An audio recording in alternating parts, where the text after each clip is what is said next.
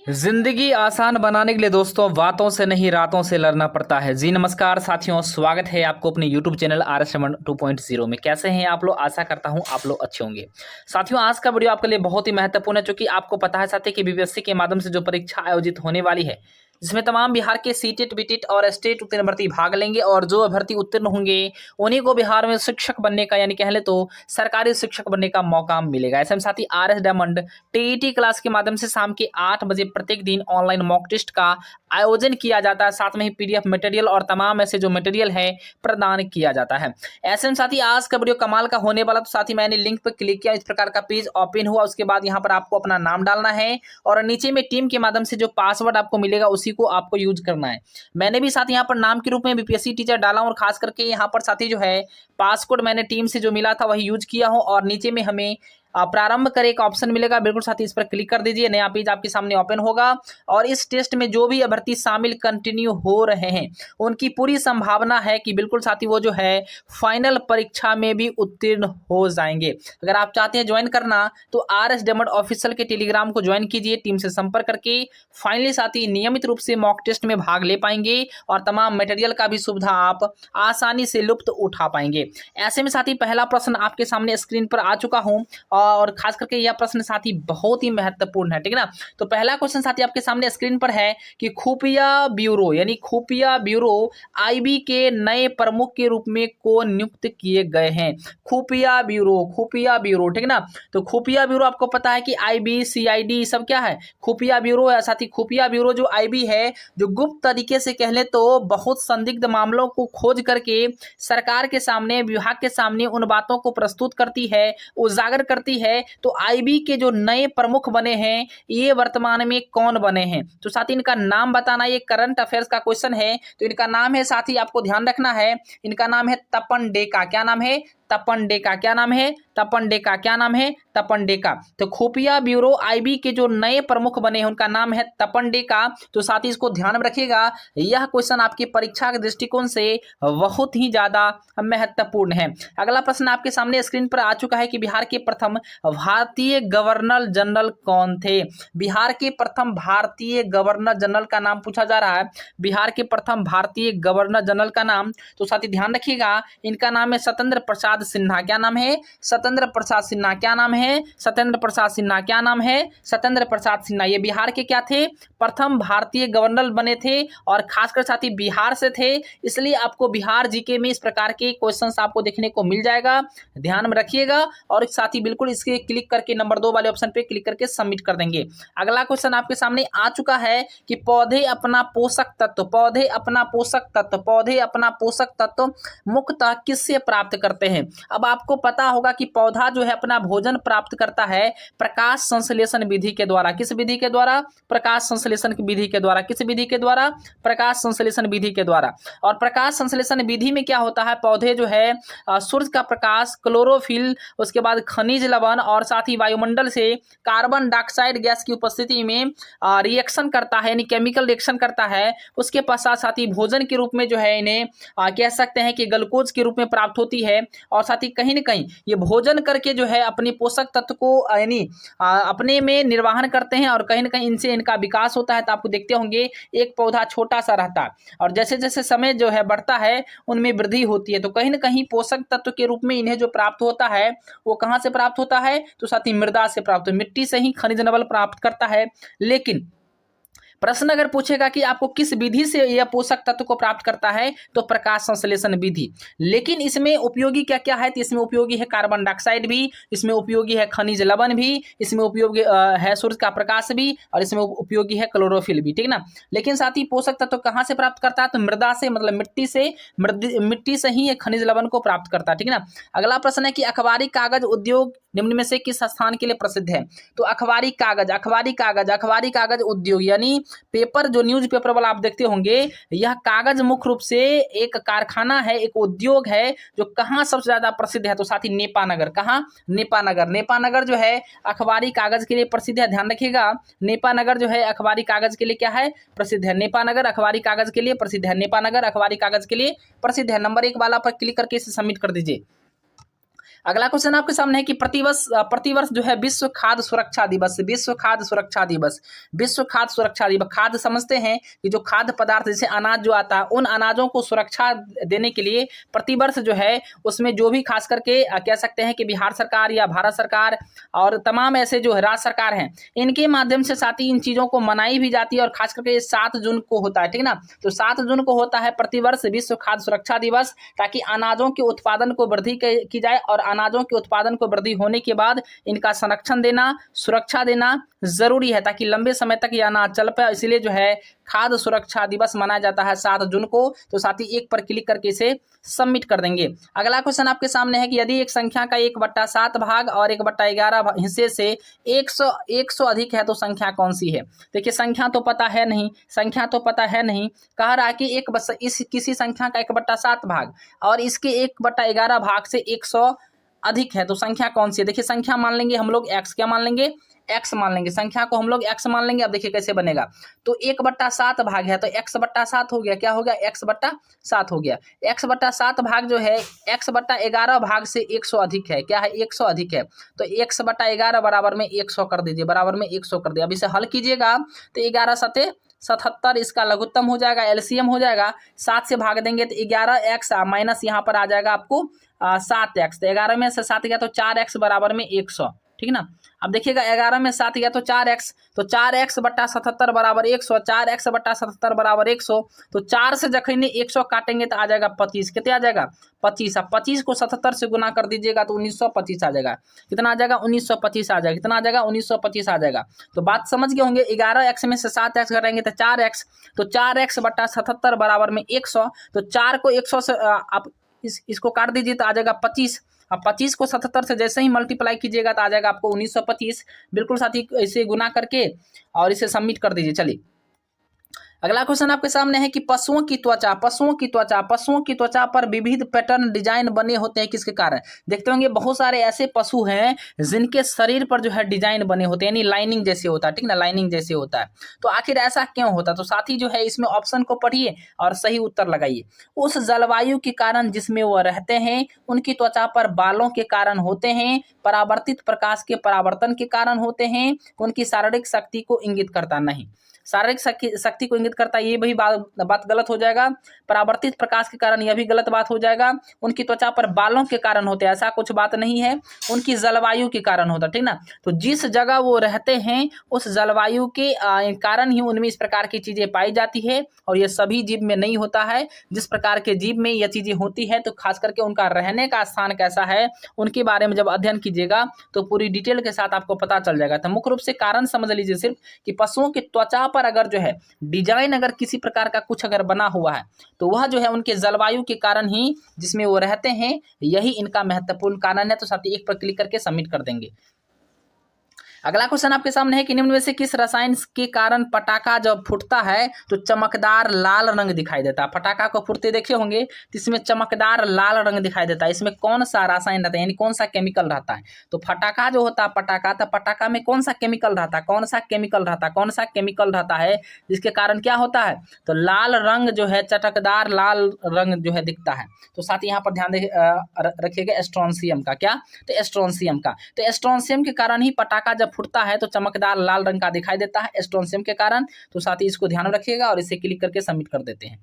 अगला क्वेश्चन आपके सामने स्क्रीन पर आ चुका है कि बिहार राज्य की स्थापना। देखिए तो अपने राज्य की स्थापना है, बिल्कुल सबको आना चाहिए, ठीक है ना। तो बिहार राज्य का स्थापना हुआ था 22 मार्च 1912 को, 22 मार्च 1912 को, 22 मार्च अप्रैल हो गया, 22 मार्च 1912 को, 22 मार्च 1912 को, ये वाला ऑप्शन। तो 22 मार्च 1912 को यानी लास्ट वाला ऑप्शन साथी क्लिक करके सबमिट कर देंगे।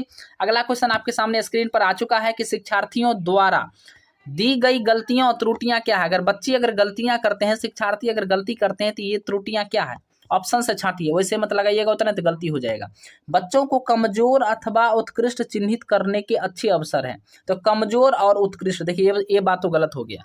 अब गलतियां होगी तो कह देंगे ये बच्चा अच्छा है, ये खराब है, नहीं, गलतियां होता है और ये होना भी चाहिए। और गलतियां जब होगी तो कहीं ना कहीं सीखने का एक बड़ा मौका मिलता है। तो इसे कहीं ना कहीं नकारात्मक में नहीं लेना है, इसे सकारात्मक तरीके से लेना है। और यहाँ पर कमजोर और उत्कृष्ट की चर्चा की गई है तो वैसे ही इसी ऑप्शन इसका कभी होगा ही नहीं। आप बोलिएगा सर यहाँ पर अवसर लिखा हो गया, तो अवसर बात अच्छी शब्द है, सकारात्मक शब्द है, लेकिन यहाँ पर कमजोर और उत्कृष्ट की चर्चा की गई है और खास करके चिन्हित करने की बात कर रहे हैं कि इनको छांटिए, ये अच्छा बच्चा है और ये खराब बच्चा, ये गलती कर रहा तो खराब है, ऐसा कुछ नहीं होना चाहिए, ठीक ना। तो ये ऑप्शन तो होगा नहीं। कठोरता से निपटाई जानी चाहिए, ये भी बात गलत है।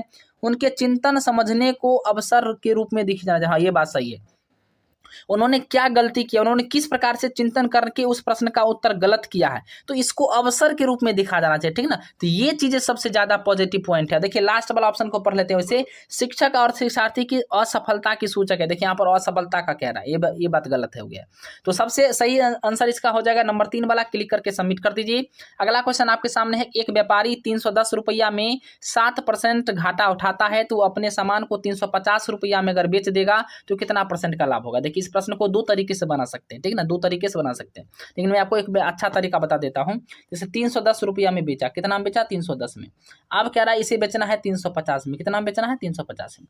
तो 310 में जब बेचता है तो 7% का घाटा होता है, 7% का घाटा होता है, मतलब 7% का अगर एक सेकंड ऐसे देख लीजिए, ऐसे देख लीजिए, 310 में अगर बेचता है तो 310 में अगर बेचता है तो 7% का क्या होता है, घाटा होता है। तो 7% मतलब 100 में 7 घटा दीजिए तो हो जाएगा 93, कितना हो जाएगा, 93। अब देखिए अगर 350 में बेचेगा तो कितना % का लाभ होगा, तो कितना % का लाभ होगा, तो लाभ में यहाँ पर x2 कर देंगे, ठीक ना। लाभ कितना होगा ये तो पता है ही नहीं। अब इसे हल कर लीजिए, आप लोग आसानी से हल कर लीजिएगा, क्वेश्चन बन जाएगा। चलिए तो यहाँ पर इसको हल कैसे कीजिएगा मैं आपको बता दूं कि यहाँ पर देखिएगा कि 100 + x2, इसको हल ऐसे भी कर सकते हैं, 31 या 93 और 31 दाहें के 310 और 0 0 खत्म हो गया। अब 35 को 3 से गुना कर दीजिए तो 35 तिया होता है 105, क्या होता है 105। 105 में से यहाँ पर 100 + x2 बराबर 105 हो जाएगा, 100 + x2 बराबर 105 हो जाएगा, तो इसलिए x बराबर हो जाएगा 105 - 100 मतलब 5%, क्या परसेंट, क्या 5%, क्या %, 5%। बिल्कुल साथी क्लिक कीजिए और इसे सबमिट कर दीजिए। अगला प्रश्न आपके सामने है कि निम्नलिखित में से कौन सा उदाहरण प्रभावशाली विद्यालय की प्रथा का है। प्रभावशाली विद्यालय कौन सा होगा, प्रभावशाली विद्यालय कौन सा होगा जिसका प्रभाव अच्छा खासा पड़ता हो बच्चों पर, ठीक ना। तो साथी ऑप्शन से छांटिए। शारीरिक दंड देता होगा वो, ये बात बिल्कुल गलत हो गया। यानी जैसे ही फिजिकल अगर पनिशमेंट की बात अगर होगी तो बिल्कुल साथी गलत ऑप्शन हो जाएगा। प्रतियोगात्मक कक्षा, ये भी उतना सही नहीं है। व्यक्ति सापेक्ष अधिगम, निरंतर तुलनात्मक मूल्यांकन, देखिए तुलनात्मक कंपेयर की बात कर रहा है, तो कंपेयर हमें नहीं करना है बच्चों में, ठीक ना। कंपेयर नहीं करना है कि ये बच्चा खराब है, ये अच्छा है, इसके मार्क्स अच्छे हैं, इनके मार्क्स खराब हैं, ये चीजें भी सही नहीं है। व्यक्ति सापेक्ष अधिगम, ये बिल्कुल सही है, ठीक ना। तो एक वाला ऑप्शन पे क्लिक करके इसे सबमिट कर दीजिए। अगला क्वेश्चन आपके सामने है कि बायोगैस में कौन सा अवयव मुख्य रूप से रहता है। तो बायोगैस में साथी जो रहता है वो रहता है मीथेन। क्या रहता है, मीथेन। मीथेन का सूत्र होता है CH4। CH4 is the compound of carbon and hydrogen where 1 molecules carbon and 4 molecules hydrogen are available in this compound. तो मीथेन जो होता है कार्बन और हाइड्रोजन का यौगिक है, और खास करके बायोगैस में सबसे ज्यादा मात्रा में साथी और सबसे प्रमुख अवयव जो है मीथेन ही है, ठीक ना। और मीथेन को मार्स गैस के नाम से भी जाना जाता है। किस गैस के नाम से, मार्स गैस के नाम से भी जाना जाता है। अगला प्रश्न आपके सामने है कि हमारे देश के लगभग सभी भागों में मिर्च का उपयोग भोजन पकाने में किया जाता है, तो हमारे देश की मिर्च कहां से किस व्यवसायी ने लाया था। तो साथी क्या, यानी यहाँ प्रश्न है कि मिर्च का नाम आप लोगों ने सुना होगा, जो हमारे देश में सभी घरों में यूज की जाती है भोजन के रूप में। ऐसे में मिर्च सबसे पहले लाने वाला व्यवसायी कहां से मिर्च को लाया था। तो साथी लाया था दक्षिण अमेरिका से। कहां से लाया था, दक्षिण अमेरिका से। कहां से, दक्षिण अमेरिका से। ऑप्शन में दे देगा दक्षिण अफ्रीका भी, तो अफ्रीका मत लगाइएगा, गलती हो जाएगा, ठीक ना। तो अफ्रीका दे देता है जान करके ऑप्शन में, ताकि विद्यार्थी फंस जाए। तो अफ्रीका ने लगाना है, दक्षिण अमेरिका लगाना।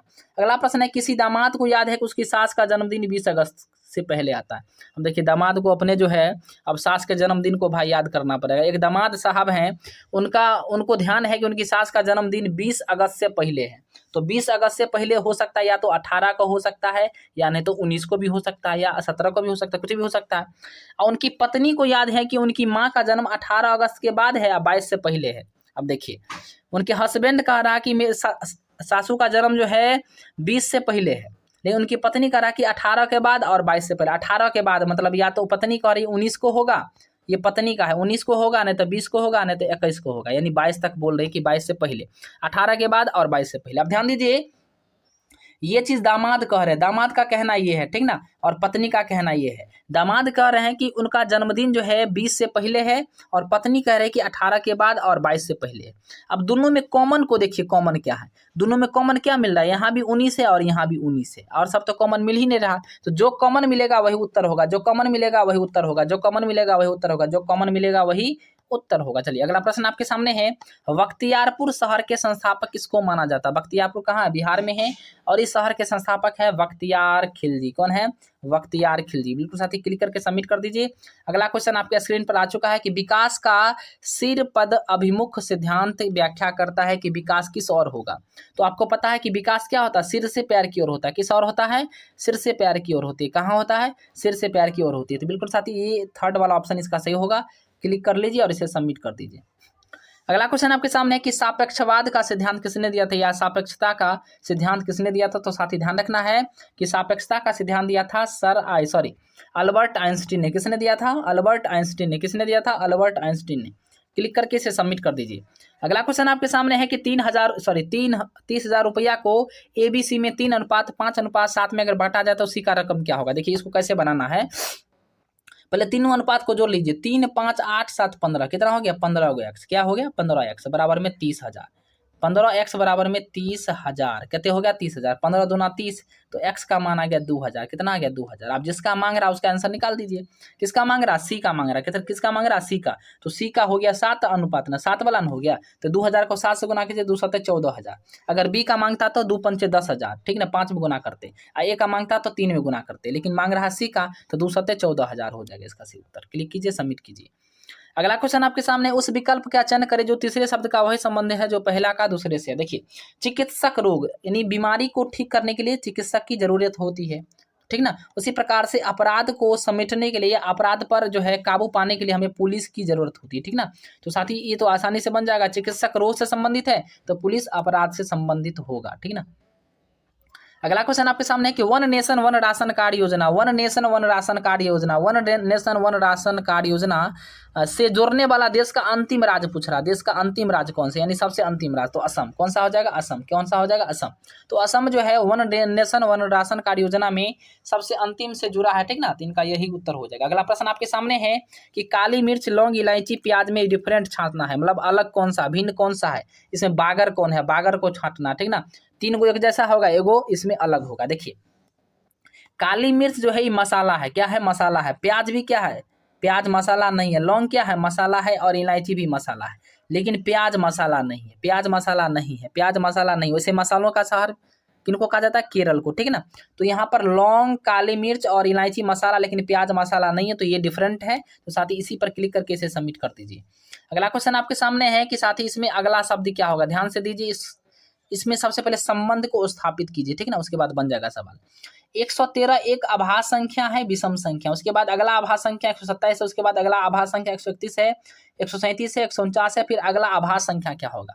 देखिए, आभास संख्या किसको कहते हैं? प्राइम नंबर अंग्रेजी में कहते हैं। तो वैसी संख्या जो एक से कटे, सिर्फ एक से कटे और स्वयं से कटे, एक से कटे और स्वयं से कटे, एक से कटे और स्वयं से कटे, बाकी और किसी से नहीं डिविजुअल हो। तो वैसी संख्या जो एक से कटे, स्वयं से कटे, एक से कटे, स्वयं से कटे, तो एक से कटेगा और स्वयं से कटेगा। जैसे पहला छोटका आभास संख्या है 2, फिर हो गया 3, फिर हो गया 5, फिर हो गया 7, फिर 9 नहीं होगा, ठीक ना, फिर 11 होगा।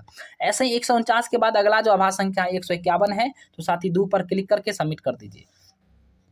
अगला प्रश्न है कि सारगेसो किस सागर का एक हिस्सा है? सारगेसो जो है किस सागर का हिस्सा है? सारगेसो किस सागर का हिस्सा है? सारगेसो किस सागर का हिस्सा है? तो हो जाएगा उत्तरी अटलांटिक महासागर। क्या हो जाएगा? उत्तरी अटलांटिक महासागर। क्या हो जाएगा? उत्तरी अटलांटिक महासागर। क्या हो जाएगा? उत्तरी अटलांटिक महासागर।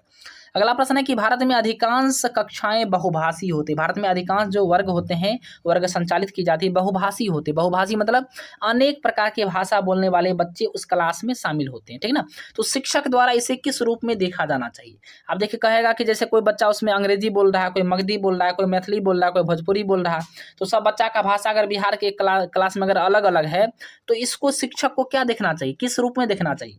संसाधन के रूप में, परेशानी के रूप में, या बाधा या समस्या के रूप में। तो समस्या के रूप में तो देखना नहीं चाहिए, क्योंकि शिक्षण अधिगम हमेशा कहता है कि बहुभाषी जो है यह हमारे संसाधन है, ठीक है ना, हमारे लिए क्या उपयोगी है। क्योंकि क्या होता है कि जब सारे बच्चे उसमें, अगर मान चले मैक्सिमम बच्चे अगर अलग अलग भाषा से अगर सीखे हुए हैं, अलग अलग भाषा उनको आता है, तो उसमें आदान प्रदान हो जाएगी। जैसे अगर हमें मान चले अंग्रेजी नहीं आती है तो हम आपसे अंग्रेजी सीख लेंगे, या आपको भोजपुरी नहीं आती है तो हम आपको सिखा देंगे।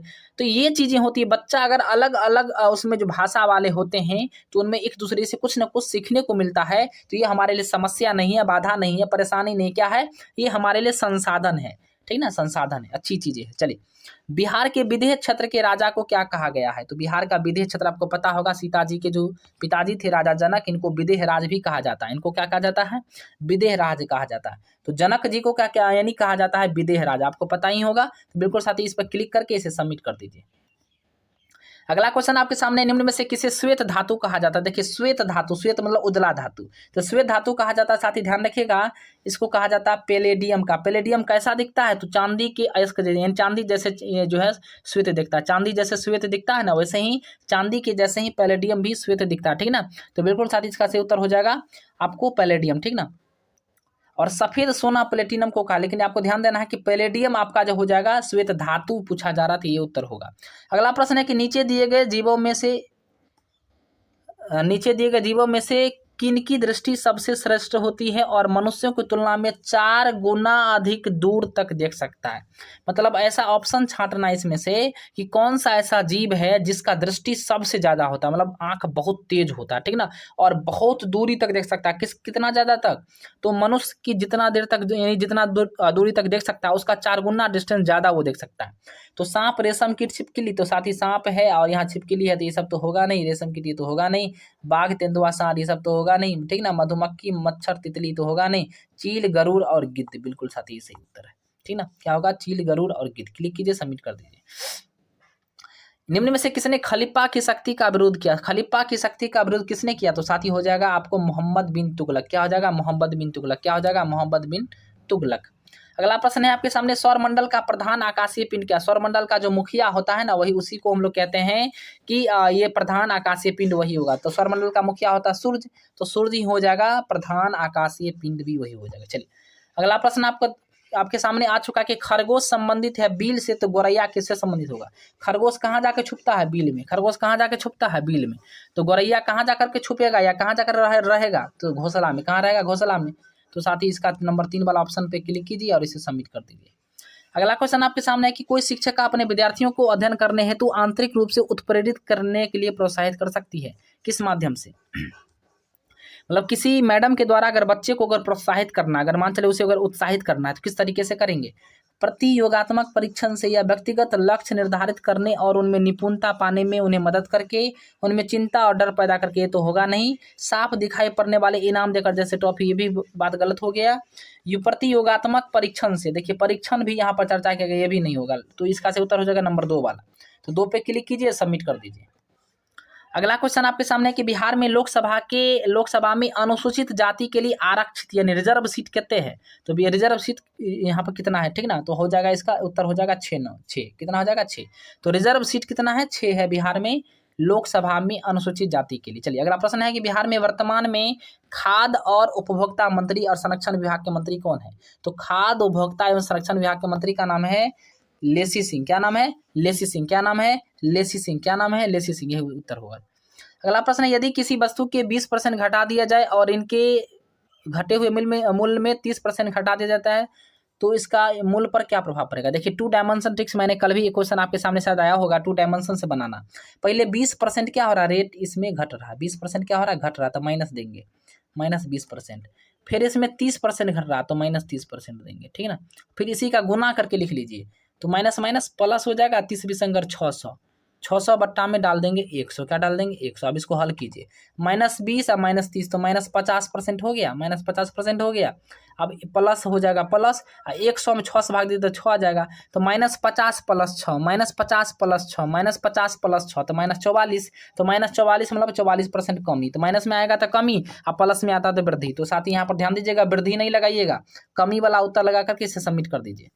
अगला प्रश्न आपके सामने है कि निम्नलिखित में से कौन से पक्षी कैक्टस पौधे के कांटों के बीच अपना घोंसला बनाता है। ऐसा कौन सा पक्षी है जो है इसमें कांटों के बीच में अपना घोंसला बनाता, तो साथ ही इसका हो जाएगा पाख्ता। पाख्ता क्या है, ये कांटों के बीच में अपना घोंसला बनाता। पाख्ता कांटों के बीच में अपना घोंसला बनाता। पाख्ता कांटों के बीच में अपना घोंसला बनाता है। हाल में ही शतरंज खिलाड़ी के 74वें ग्रैंड मास्टर कौन बने। हाल में ही शतरंज खिलाड़ी के भारत के 74वें ग्रैंड मास्टर कौन बने हैं, तो ये बने हैं, आपको ध्यान रखना है कि राहुल श्रीवास्तव। क्या होगा, राहुल श्रीवास्तव। क्या होगा, राहुल श्रीवास्तव। क्लिक कीजिए, सबमिट कर दीजिए। अगला क्वेश्चन आपके सामने है कि हाल ही में किस राज्य सरकार ने सुरक्षा मित्र प्रोजेक्ट लॉन्च किया। सुरक्षा मित्र प्रोजेक्ट, सुरक्षा मित्र प्रोजेक्ट, सुरक्षा मित्र प्रोजेक्ट लॉन्च किया किस राज्य सरकार ने। तो ध्यान दीजिएगा, यहाँ पर आपका हो जाएगा केरल। क्या हो जाएगा, केरल, यानी केरल सरकार के माध्यम से हाल में ही सुरक्षा मित्र प्रोजेक्ट को लॉन्च किया गया है। क्लिक करके सबमिट कर दीजिए। अगला क्वेश्चन आपके सामने है कि निम्न में से किस क्रिकेट टीम ने हाल में ही पहली बार रणजी ट्रॉफी जीता। देखिए पहली बार पूछ रहा, ठीक ना, पहली बार। ध्यान दीजिएगा, निम्न में से किस क्रिकेट टीम ने हाल में ही पहली बार यानी फर्स्ट टाइम जो है रणजी ट्रॉफी का खिताब जीता। पहली बार कह रहा, तो पहली बार हो जाएगा मध्य प्रदेश, ठीक ना। क्या हो जाएगा, मध्य प्रदेश। क्लिक करके सबमिट कर दीजिए। अब लास्ट क्वेश्चन साथी आपके सामने है कि 10% और 20% की दो क्रमागत छूट का एक समतुल्य छूट क्या होगा। समतुल्य छूट कितना होगा। क्या करेंगे, अपने आप में कोई चीज़ 100% होता है, क्या होता है 100% में। अब माइनस 100 माइनस कर दीजिए। 10% है तो 90, ठीक ना, और ये फिर 80% है तो सॉरी 20% है तो 80 हो जाएगा, ठीक ना। तो यहाँ पर छूट देना था, छूट में घटता है, छूट में क्या होता है, घटता है। तो 10% का 90 और 20% का क्या हो जाएगा, 20% का हो जाएगा यहाँ पर 80, बट्टा हम डाल देंगे 100। क्या डाल देंगे, 100। अब देखिए 0 खत्म, 0 खत्म, 9 72, 100 में से 72 घटा देंगे, 100 में से 72 घटाएंगे, आ जाएगा 28। क्या आ जाएगा, 28। क्या आ जाएगा, 28%। क्या होगा, 28%। क्लिक करके इसे सबमिट कर दीजिए। चलिए, ये आपका फाइनल सबमिट हो चुका है। ये फाइनल सबमिट हो चुका है, देख सकते हैं यहाँ पर जो है 40/40 जो साथ यहाँ पर मार्क्स आ चुका है, ठीक ना। ये 40/40 मार्क्स आ चुका है। और यहाँ पे पीएससी टीचर बिल्कुल साथ ही इसका पीडीएफ भी आपको मिल जाएगा। इसी वीडियो के डिस्क्रिप्शन में आपको टेलीग्राम का लिंक मिलेगा, RS डायमंड ऑफिशियल का ज्वाइन कीजिए और फटाफट टेस्ट में भाग लीजिए। और तमाम ऐसे मटेरियल को भी साथ ही आप आसानी से प्राप्त कर सकते हैं। जय हिंद, वंदे मातरम। देखते रहिए RS डायमंड ऑफिशियल को, लाइक शेयर और सब्सक्राइब जरूर करें।